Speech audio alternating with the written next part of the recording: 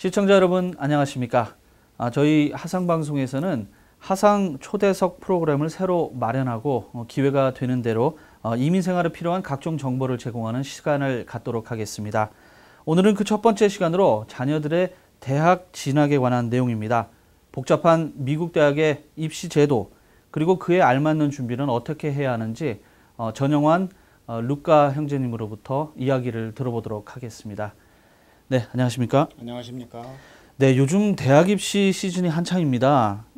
진학반 학생은 말할 것도 없고 내년이나 후년에 진학을 하게 되는 10학년 그리고 11학년 학생들과 그 학부모들까지도 촉각이 곤두서는 시기가 아닌가 싶은데요. 어떻습니까?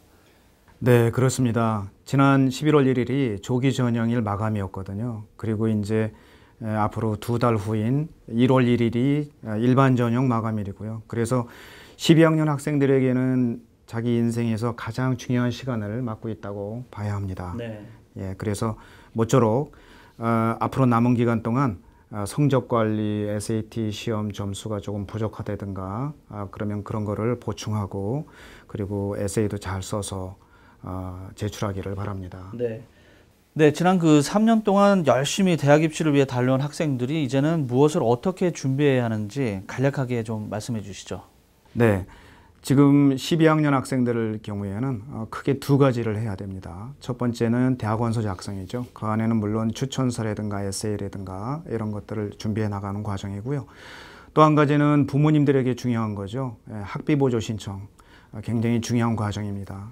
사실상 이 두 가지를 다 완료를 하면 대학 입시 과정은 끝이 난다고 봐야 되는데 이 안에 들어가 있는 내용들이 이런 서류 행위를 한다는 것이 이렇게 쉬운 일이 아니기 때문에 그리 간단한 일이라고 볼 수 없습니다. 네.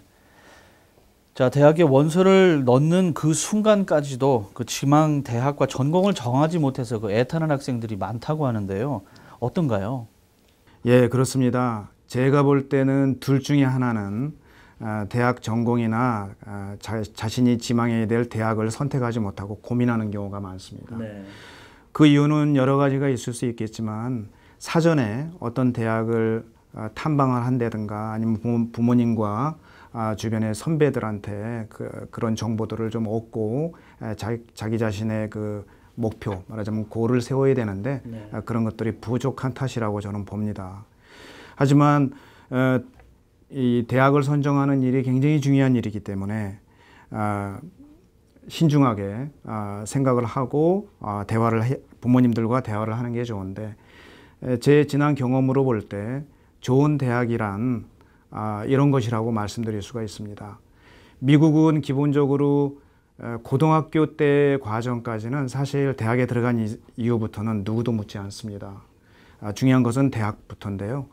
대학에서 잘하는 학생이야말로 앞으로 좋은 대학원을 간다든가 좋은 그 프로페셔널 스쿨을 간다든가 하는 진로가 열려 있기 때문에 그래서 자기 자신이 좋은 학점을 받을 수 있는 대학, 자기가 꿈꾸는 대학 중에서 좋은 학점을 받을 수 있는 대학이야말로 가장 좋은 대학이라고 말씀을 드릴 수 있겠습니다. 네.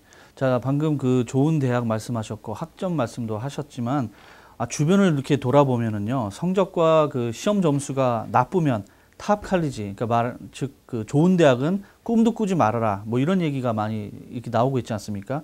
과연 뛰어난 성적과 높은 시험 점수만이 과연 합격을 결정짓는 요소라고 할 수 있을까요?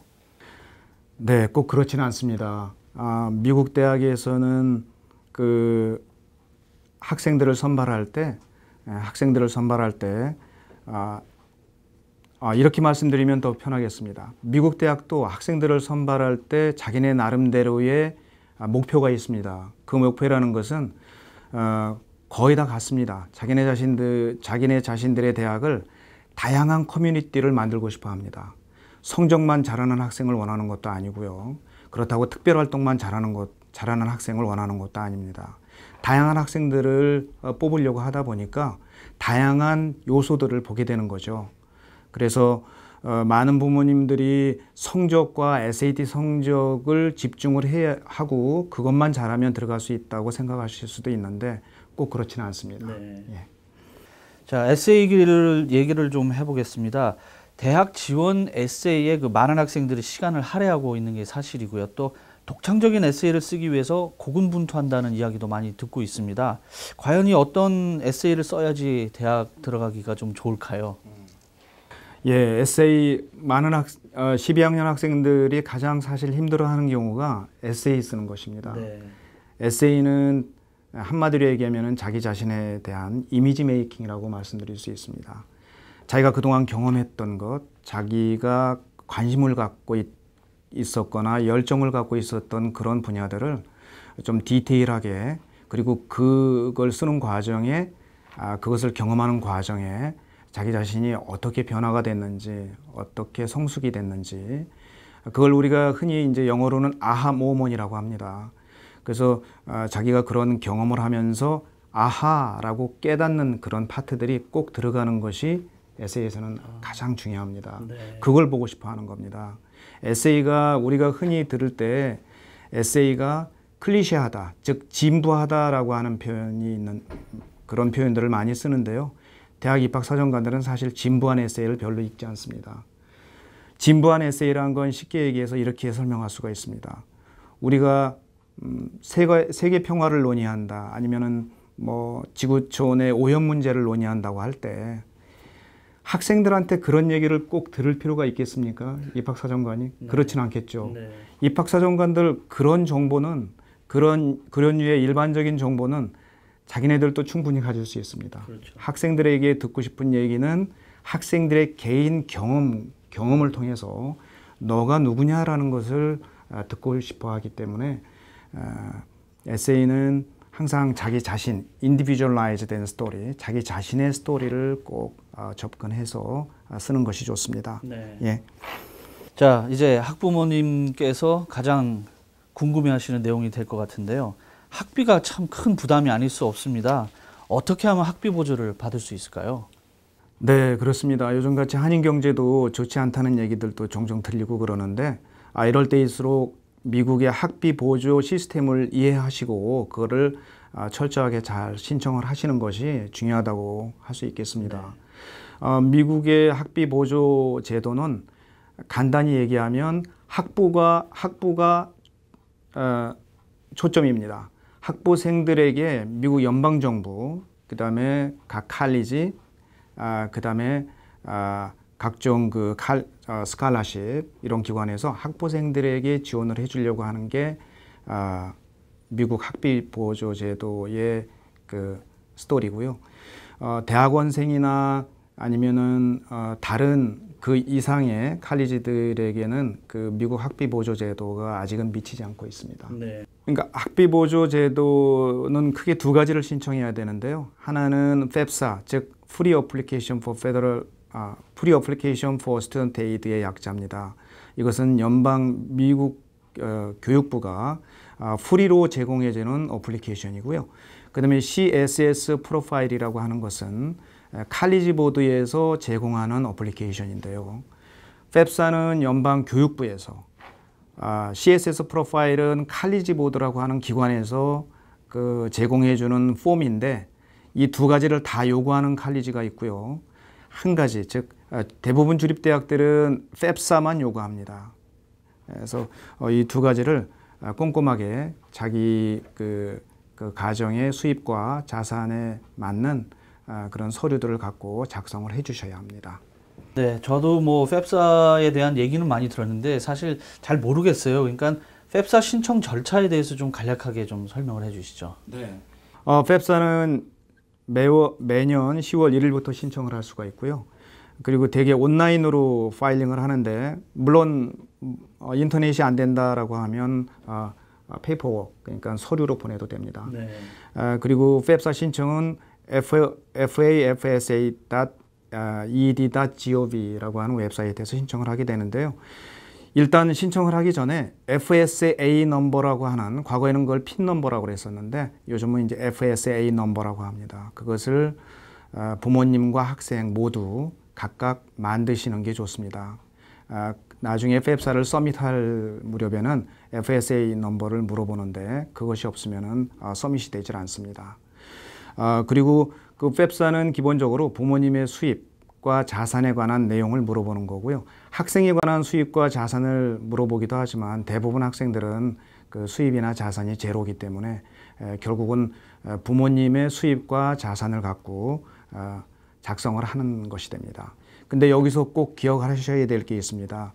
그 팹사를 신청을 하다 보면 IRS 웹사이트로 링크가 되어 있습니다. 근데 그것을 링크 버튼을 누르면 IRS의 웹사이트로 들어가게 되는데 그것은 과거 지난 연도, 지금으로 말하면 2016년도 세금 보고서 트랜스크립을 거기서 가져올 수가 있습니다. 그것을 우리가 영어로 retrievable tool이라고 하는데요.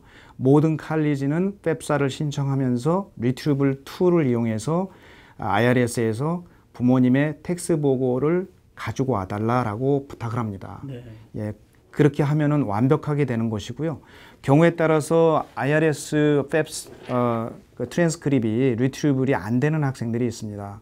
그 이유는 부모님이 텍스를 조금 늦게 냈다든가 아니면 굉장히 그게 웹사이트가 센시티브해서 어떤 경우는 그게 이루어지지 않는데 그래도 걱정할 건 없습니다. 그 IRS의 텍스트 트랜스크립을 요청을 해서 그걸 받아서 보내주면 됩니다. 네, 알겠습니다. 네. 자, 팹사는 그렇고요. 아까 말씀하셨지만 그 CSS 프로파일 그게 있는 말씀을 하셨는데 그게 어떤 거고 그다음에 어떻게 신청을 해야 되는지 좀 설명해 주시죠. 네. CSS 프로파일은 칼리지 스칼라십 서비스의 약자인데요. 이거는 칼리지 보드라고 하는 대학 시험 대학 입학 그 기관이죠. SAT나 AP 시험도 거기서 프로바이드하고 하니까요. 근데 거기에서 이제 이거는 약간 유료로 받습니다. 아까 그 팹사는 제가 프리 어플리케이션이라고 했는데 CSS 프로파일은 대학당 10몇 불씩 이렇게 차지를 하는데요. 네.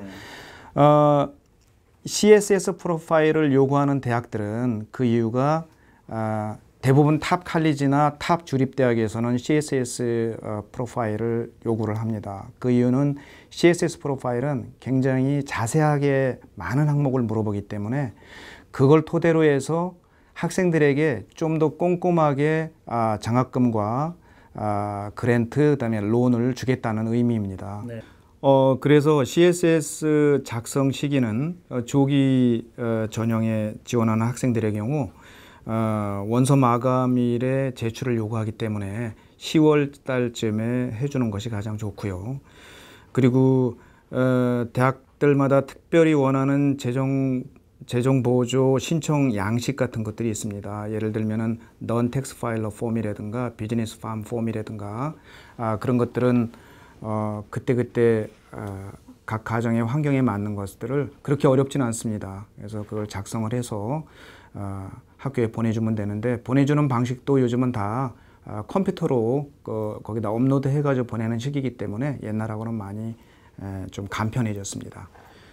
네, 뭐 간편해졌다고는 하셨지만 얘기를 들어보니까 대학 입시 절차가 이게 보통 복잡한 게 아니네요. 자, 그렇다면 9학년에서 11학년까지의 그 저학년 학생들은 어떻게 준비하는 게 좋을까요?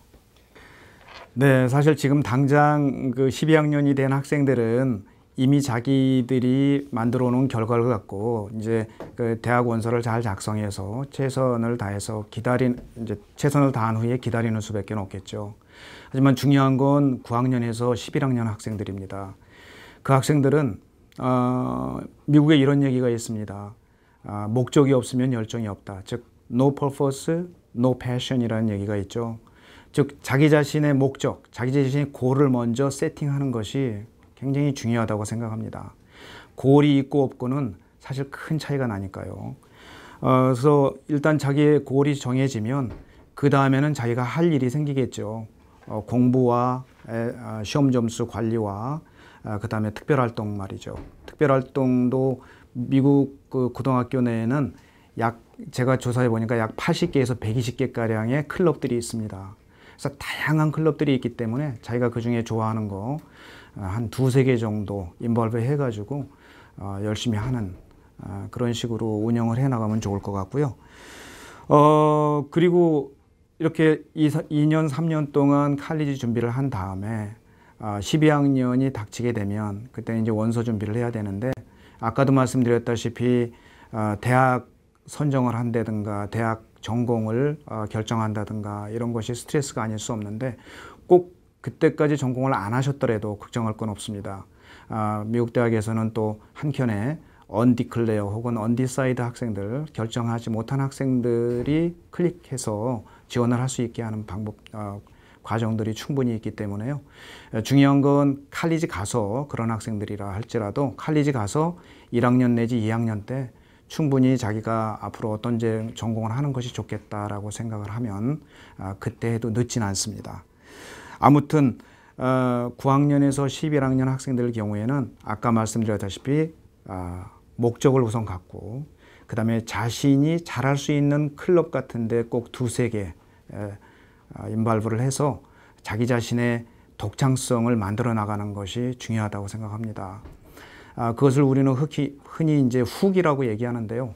훅이라는 거는 이렇게 싹 갑자기 누구를 잡아챌 때 후쿠 한다고 그러죠. 그래서 그 훅이라고 하는데 훅이라고 하는 단어를 미국 그 인터넷 웹사이트에 치면은 어마어마하게 많은 그 고등학생들이 할 수 있는 액티비티나 그런 것들에 대한 설명이 있습니다. 그래서 훅을 잘 만들어서 대학에 보내줄 때 대학들은 아까도 얘기했지만 이 학생에 대한 이미지 메이킹을 하게 될 것이고요. 매력을 느끼게 될 것입니다.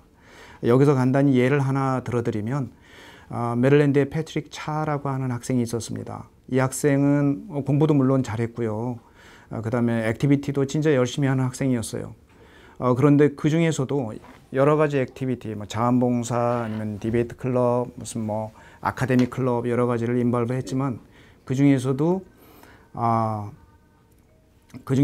책 읽기 하고 글 쓰는 걸 너무 좋아해서 이 학생은 글을 쓰고 이러면 적극적으로 볼티모어 선이라든가 무슨 하버드 리뷰라든가 이런 데다가 적극적으로 보냈습니다. 고등학생인데도 불구하고 보내니까 글이 읽어보고 좋으면은 그런 데서는 실어주게 돼 있죠. 네.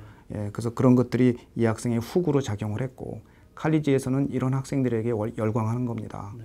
그래서 아무튼 많은 것을 할 필요는 없지만 두세 개 정도 깊이 있게 인발브해서 하는 것이 9에서 11학년 학생들한테는 중요하다고 할 수 있겠습니다. 네. 네. 자, 마지막으로 이제 그 학생이나 학부모에게 하고 싶은 말씀이 있다면은 한 말씀 해주시죠. 네. 유태인 교육법에서 흔히 우리가 얘기하는 게 있습니다. 공부를 잘해라, 좋은 점수를 받아라가 아니라 남다르게 살으라는 것입니다. 그것은 남들하고 좀 그러니까는 차별화된 모습, 그런 독창성을 갖고 살으라라고 하는 얘기가 있는데요. 사실 이 이야기가 정확하게 미국의 대학 입시에서 물어보는 것입니다. 대학 입학 그 에세이 그 토픽들을 보면은 대부분이 그런 것들을 물어봅니다.